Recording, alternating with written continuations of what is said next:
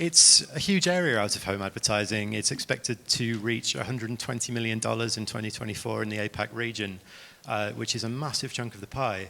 And I'm delighted to have a really expert panel with me today to look at these issues. So in order, please introduce yourself. Chloe, welcome. Hi, everyone. Just testing. I'm not in my best voice today, but no, it will do. Chloe from Omnicom Media Group, Singapore. I'm also the chair for Association of Advertising Marketing Singapore for Media and Measurement. Also chair for our home charter. Ben, welcome.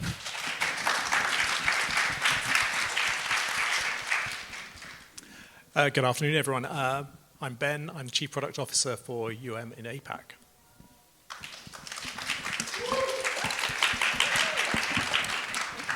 Hi, I'm Doreen. I'm the Regional VP for Southeast Asia Sales at Hivestack.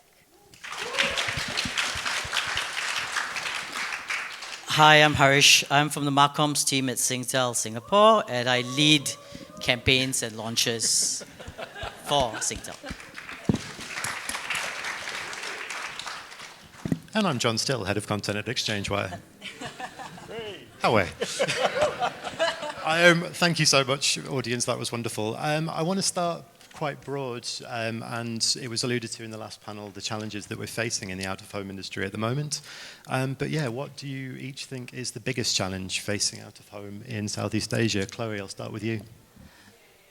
A lot was going through my head as well as I listened to the other channel. Last year at World Out-of-Home Conference, I talked about measurement. This year, no, I feel a lot of it is actually fragmentation.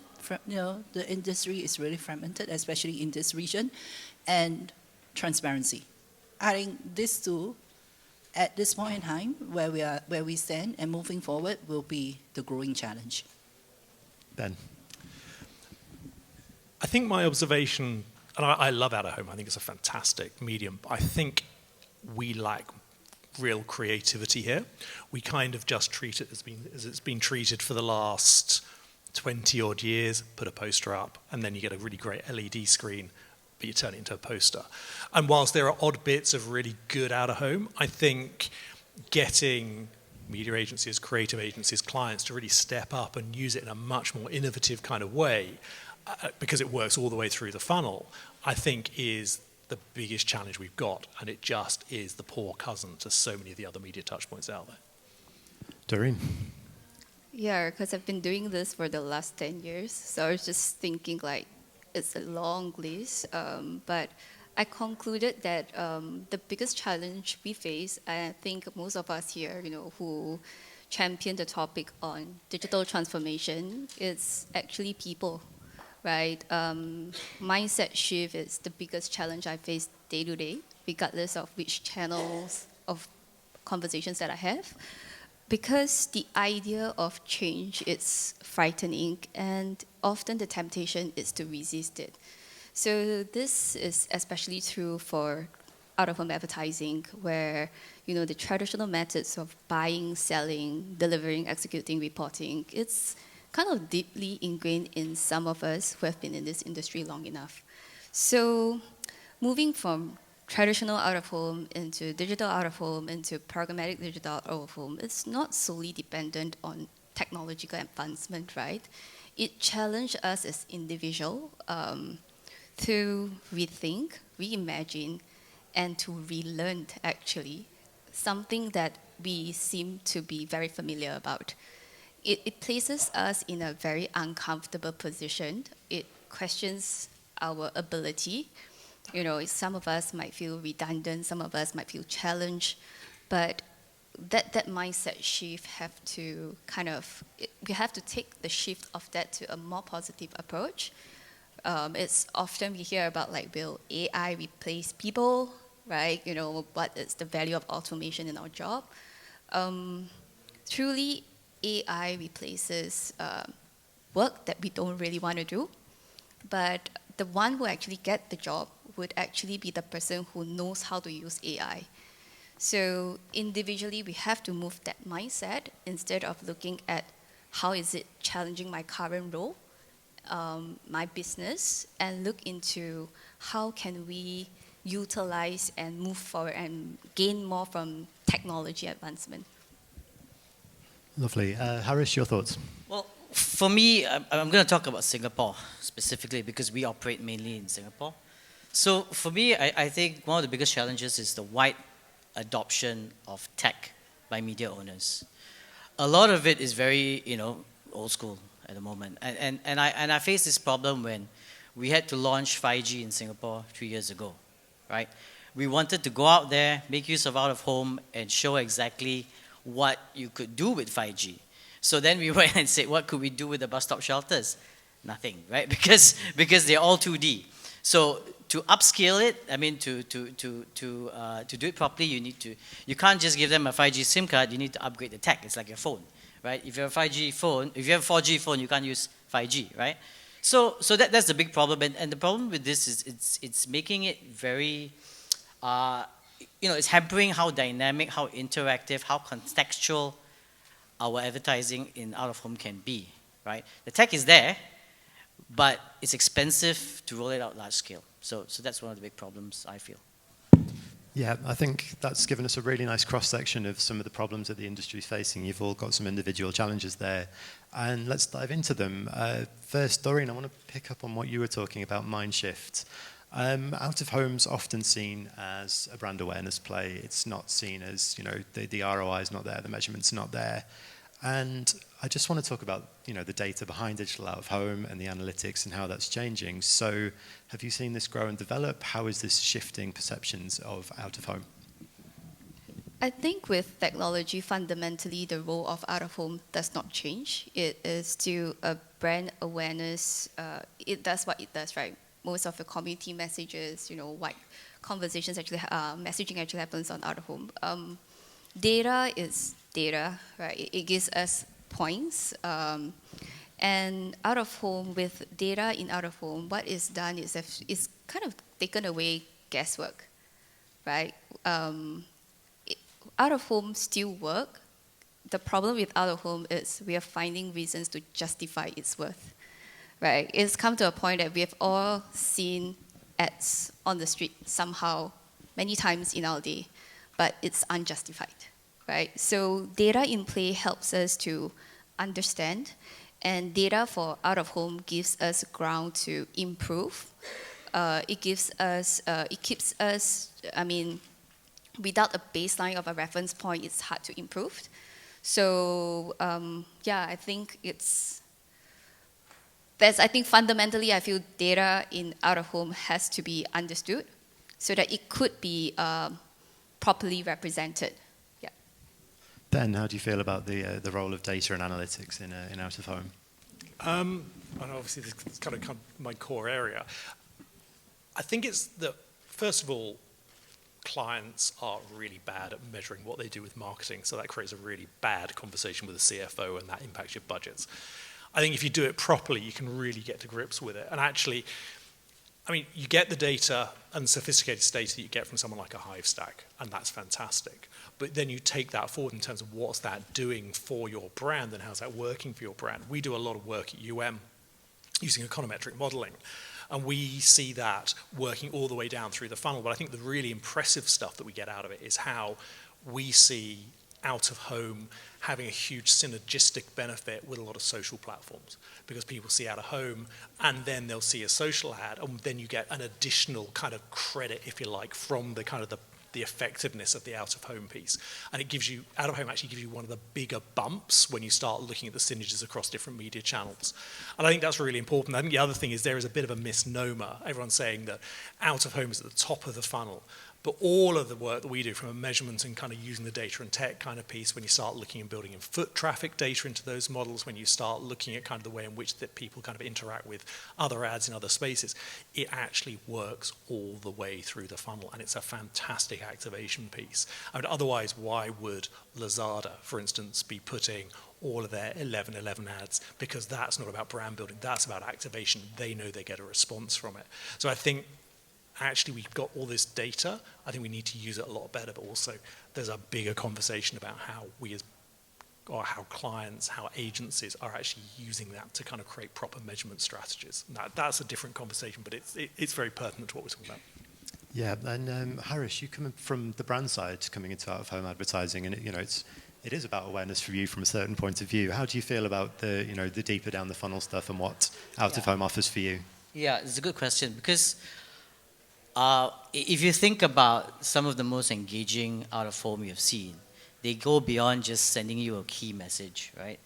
They prompt some kind of action, some kind of reaction, some kind of interactivity, right? So what we're trying to do is hack the funnel as well. So how can we use out-of-home to hack the funnel and drive straight to action or drive straight to engagement, right? We're trying to do that. Obviously, if the out-of-home formats we had were a bit smarter, we could do that better.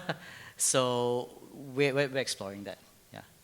Yeah, and Chloe, when you're discussing with clients, how do you feel about the data side and explaining the measurement and ROI piece? Yeah, I think coming back to the role of channel, right? Yeah. I don't think it's unique to our home. I think if we look at it as an industry and all, right? When we look at responding to a good brand brief or a campaign brief, you go back to understanding audience, so that audience insights, integration down to channel prioritization is across the whole planning process, right? And we start to then understand how, with the use of data and tech integration, you are able to join the dots and provide the right measurement. I think sometimes what we don't do well as an industry is identifying the right success matrix. So what does that channel use or serve in achieving the campaign objectives or brand objectives and the right success matrix? It can't be a one size fit all. If you really truly appreciate the different characteristics of the different media platforms and all. So I do think data analytics, if we look at it, right, it's not something new. It's just that we are giving more frame and models to it. If you look at it, 20, 30 years, marketing mix modeling, economic matrix modeling exists, right? And we are using it more. So when I address the out-of-home industry, I just remember, right now the fragmentation is real because everyone is trying to be slightly more protective and own their measurement. But honestly, if we don't have a single currency of measurement for the industry, do you know what? Agency network, brand, we can create measurement framework and we will attribute marketing ROI based on the data we have, right? So I think the industry need to recognize that coming together, be a bit more transparent, having a single currency actually will foster the industry growth because it's an ecosystem, right? Nobody will win just by doing their own thing. And I think that's the challenge. When we talk about mindset, we talk about integration, we talk about investment, because everyone is slightly still more protective in the way that we are seeing in the out-of-home industry. So I really urge, as a whole ecosystem, if we can come together and look at, because out-of-home has a very strong recovery if you look at data, right, from COVID. In Singapore particularly, we are double digit. So double-digit growth as well as double-digit share of advertising spend based on monitored spend. Globally, our home share is, I think just recently we broke the 5% cap. So for the longest time, it has stayed at 5%. There was a negligent shift from global data of our home share of spend as a total media expenditure by a side percentage. It's not even a 10% move, right? But I think the opportunity, the world of possibilities is there from creative measurement and integration, but then how we as industry come together to grow that. It's not just about data analytics. It's the mindset. It's about how we approach that strategic conversations. So bring that conversation upstream and not just about touch points. Yeah, I think that that chimes with what you said, Ben, about clients not really knowing what to measure when it comes to out-of-home and not understanding. Do you feel a joint industry currency for out-of-home would be useful? I think we need to get much smarter. We need to partner with people like Singtel around the use of devices so you can actually see where people are. And I think we do need to get to a proper industry currency. I was talking to a friend in the UK a couple of days ago about measuring out of home. And he was saying, how do we get 70% of Londoners see out of home? And it's like, trying to pull that apart, and it's a real smoke and mirrors kind of game, and I'm not sure we're really at the truth of it. And again, I think that massively undermines the importance of out of home. I think the other thing that we're not really kind of, well, I think everyone's got billboards in their minds, but I think we're also not thinking about the wider, bigger kind of out of home, and how that works and how that drives things as well. You know, Shein did a huge pop-up in Plaza Sing. What was really weird was there was no out of home that went with it around the area.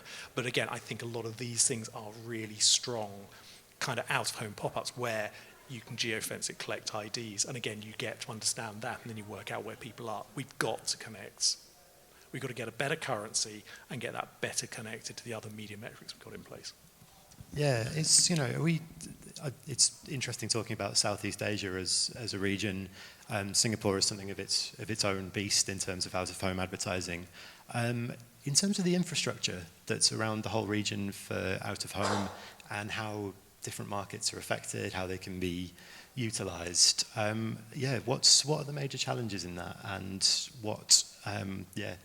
where should the spend go? Doreen, what do you think about the infrastructure and integration? I think from our experience supporting and developing the Southeast Asia region, we experience uneven progress and growth. We're very lucky to be in Singapore where we have the right infrastructure, but not all markets within the Southeast Asia have the necessary infrastructure.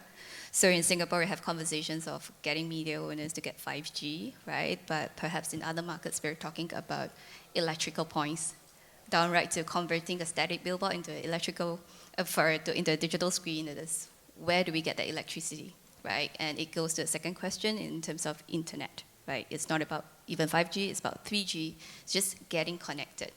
So this is kind of, it kind of drives down from into the business owner's perspective where upgrades are pretty expensive, right?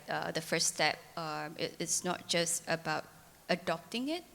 There's a significant amount of investment for markets outside of Singapore, where they have to look at digital screens. Not just that, they have to look at software, the right software, because it's the backbone of integration.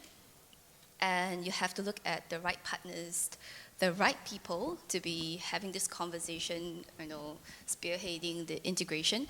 So integrating the likes of programmatic and the data analytics into out-of-home, it's often complex, right? It's a little unlike the likes of, when we're going into web page, right? The formats of YouTube, regardless of region, they were the same, Facebook the same. So one of the struggles we face out-of-home as an industry, not just in terms of currency, what you've mentioned, totally agree, standardization. It's also standardization in certain ways we function. So it then translates into market readiness. So as much as we want to push progress forward, we have to fundamentally look at, where do we start? What are the right markets to start, and then the readiness.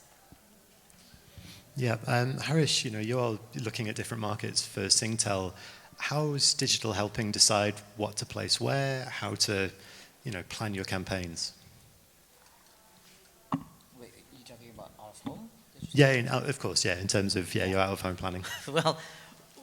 Well, Singapore is very well connected, right? In fact, we are a first nation to have full 5G coverage. So, but then again, our out-of-home digital is not exactly that connected because there's a lot of fragmentation to a point as well. You need those platforms which can bring everything together, but you have operators operating on their own. I'm hoping to see that at least with transit media, at least we have some progress in that area. Especially, I think one of the players has the whole of bus stop shelters now, together with trains and buses and all. So hopefully, maybe that's a starting point for us, for it to get really connected, and then for things like 5G to come in.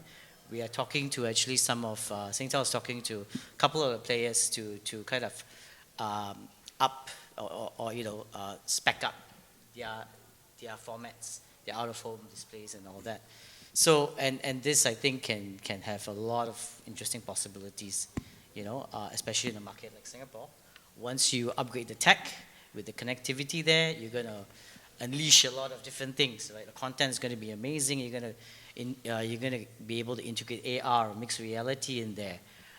You're going to be able to upload things in real time. You're going to get AI involved as well, and unleash AI, because you need a lot of computing fast computing for that to happen.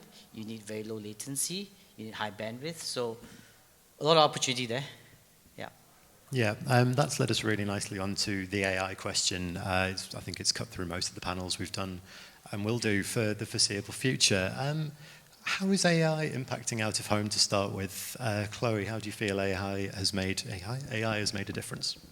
I think definitely, right? If you look at the advancement that we made across the industry, across different aspects of where industry focus is, right? If we kind of broadly classify into 3 pillars, from creativity, operational excellence, to delivery measurements, right? AI has a role that support and enable our people and the business throughout, right? From creativity, we talk about audience insights gathering, to coming up with prototypes in very short span, right? That whole creativity process is accelerated with AI.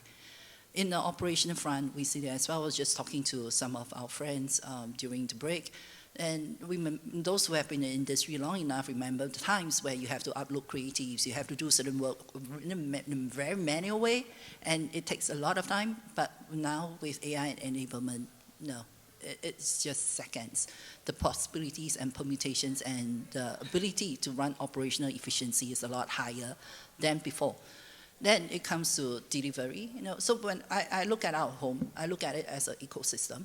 It's not just static or digital or programmatic. It's the entire tech stack that kind of connect the dots and support even from a content management perspective as well, right? So you start to see AI just like in any business organization in the industry, it starts to have its presence and good use throughout the organization. I think it goes back to, then are we using AI for the right reason? Because I think at the start of it, a lot of the AI conversation is centered around productivity. But I'd like to see AI changing our professional, our talent in the way that they are upskilled, that they are seeing that mindset shift or growth, so that they will drive the next change. The higher intelligence is always going to be human. It has to be. Ben, how do you feel about the rise of AI in out of home? Yeah, I think I'm probably going to agree very, very much with what Chloe is saying. I think we're very much still in early stages, but I do see, once you start getting the infrastructure in place, and Singapore is a great place to talk about it, where AI, you can start turning out of home into kind of a more dynamic, kind of creative kind of response. It can respond not just to kind of weather APIs, but you're responding much more to the way in which people even engage with out of home. But I think that then says, how do you use AI to drive greater levels of creativity within the out of home space? Enabling, as Chloe says, our people to be more creative, come up with better ideas, so that then we can get a greater return on it.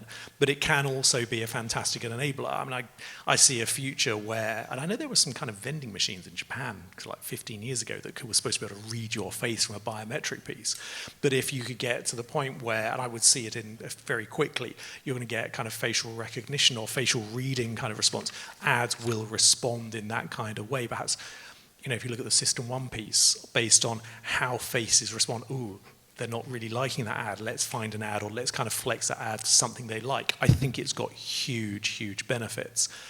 But I think as an industry, we've got to almost kind of collectively come together and say, what can we really do with this? Because at the moment, there is a possible kind of race to the bottom of just using AI for automation, and that's a really, really bad place to be. I want to see it really lifted up. And I think that's going to inspire our people to kind of go on the journey that Doreen's kind of referring to. We need to get people more engaged and excited about this kind of space. It's going to happen in somewhere like Singapore first. Bangkok's got some great digital out-of-home spaces, but it feels very, very traditional in execution. But when you're getting to other markets or get away from the big kind of metro centers, it's going to be slower. But I think where you've got high traffic, high affluent people, it has huge, huge potential. Actually, really, we're going to see that share of spend go beyond that 5% point quite rapidly. Partly because people are going to want to pay for those spaces because it's worth getting it. Excellent. Doreen, how are you seeing the rise of AI? How does it impact your day-to-day? I guess it makes a lot of things that we talked about maybe 3 to 5 years ago possible. So there were more that we were hoping to do with out-of-home space, because out-of-home is a very big canvas, right? A lot of messaging could be dynamic, so we could do dynamic creative optimization, essentially serving out relevant ads, be it the relevant times, relevant conditions, based on data. The second piece is actually AI. The value of AI in out-of-home is that it takes away lots of manual work, and out-of-home is a business of lots of manual work, right? For people who have been doing traditional planning, you will imagine, a site list that's generated in Excel spreadsheet, right? Each time the client comes back to you, I don't like this location, make a change. We go back, it's a manual work all over again. So the beauty about AI is that, it helps us to very quickly crunch number down, such as availability, right? And then proposing sites that are relevant. So that's definitely one value of that.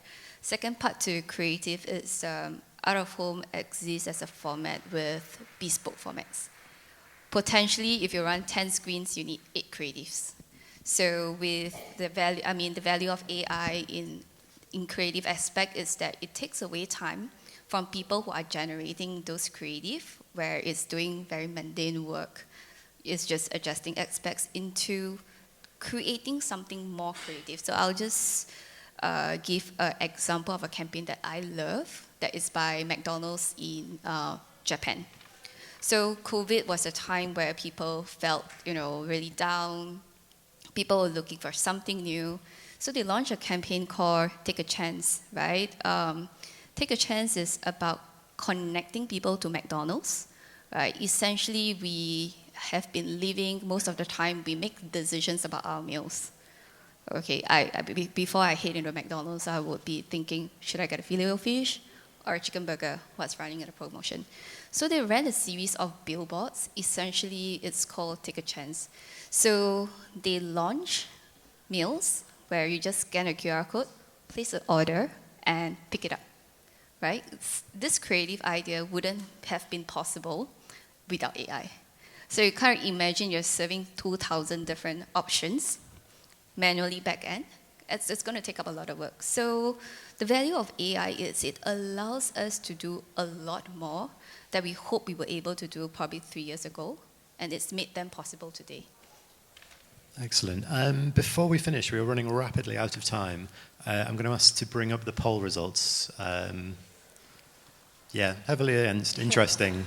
Good that no one has no opinion. It's divisive. I'm going to ask you individually your thoughts. Is fake out of home, which is proliferating online thanks to AI and creative tools, is it out of home? Are you for it, against it? What does it bring or take away from the industry? I'll start with you on that one, Harish. Well, I think fake out of home, I think we have to be very careful about what we see and believe online. But I think what fake out of home, if you think about it positively, what it can do is help inspire new creatives or new ways of thinking, or our creativity, right, to do things differently. I would say that's the biggest opportunity of fake out of home. Yeah, I think that's a really good point. It's encouraging, pushing the industry to go further, I suppose. Yeah. Doreen, how do you feel about fake out of home campaigns? It means it works, right? We only fake things because there's demand. So essentially, it's on the brighter side of stuff is that it means it works. We fake it because it's something that is needed. And probably it gives us areas to consider, because we faked it because it's probably something that we wish to achieve, but we couldn't get there. So it identifies certain gaps to help us improve ourselves also within the industry. Yeah. Ben, how do you feel about it? It's naff. And I'm just going to call out, it's naff. It's not out of home, and it's poorly executed social. Put your media behind a proper social media campaign. Put your money behind a proper out of home campaign. if I was Iron Lim, I would be furious about that House of the Dragon thing. They should have been having a conversation with it, with MBS, and they should have done something as Disney did. That is really good out of home. Just talking to people, I don't know. I've not been able to find a single person who actually saw it beyond LinkedIn. It's another example of the industry just talking to itself and disappearing up its own backside. And I think we have to be so careful about that. And I think it undermines what out of home is. So I'm against it. Do proper out of home. Use it for concept, sure, but keep it in-house. Then go and have the conversation with the partners. Yeah, good, strong. Chloe, how do you feel about it? So how many have seen the Hearts of Dragon? How do you find out on about LinkedIn. it? Yeah. It's an interesting one and truly controversial, right? The cornerstone of our industry is celebrating creativity, authenticity, and trust. So I'll go back to that, right? No, respect for IP. That's intellectual property, and we were in this business for a good reason. We have the passion, we have the enthusiasm. I won't kind of discount it, but I think with any innovation, it's just like before years, I mean, you look at decades of journalism, that's then paid editorial. You look at social platform, and then we have sponsored posts. Yes, we have out of home, we have retail media, and now they call themselves fake. They are not claiming they are out of home. They call it fake out of home. But it is showing us the possibilities of things to come. Are we thinking as an industry, how are we going to embrace and be progressive as building owners, assets management, as well as regulatory body? What are we going to do about this? Right? It's something, I think it can be very stimulating. It's controversial. We might have our opinion, but I do think there could be something there, and you open up possibilities for all of us. Yeah, well, we can see it as creative inspiration rather than stealing of people's real estate. Well, that's all we have time for. That was a fantastic panel, great discussion. I just want to thank you all very much for joining me, and thank you all very much for listening.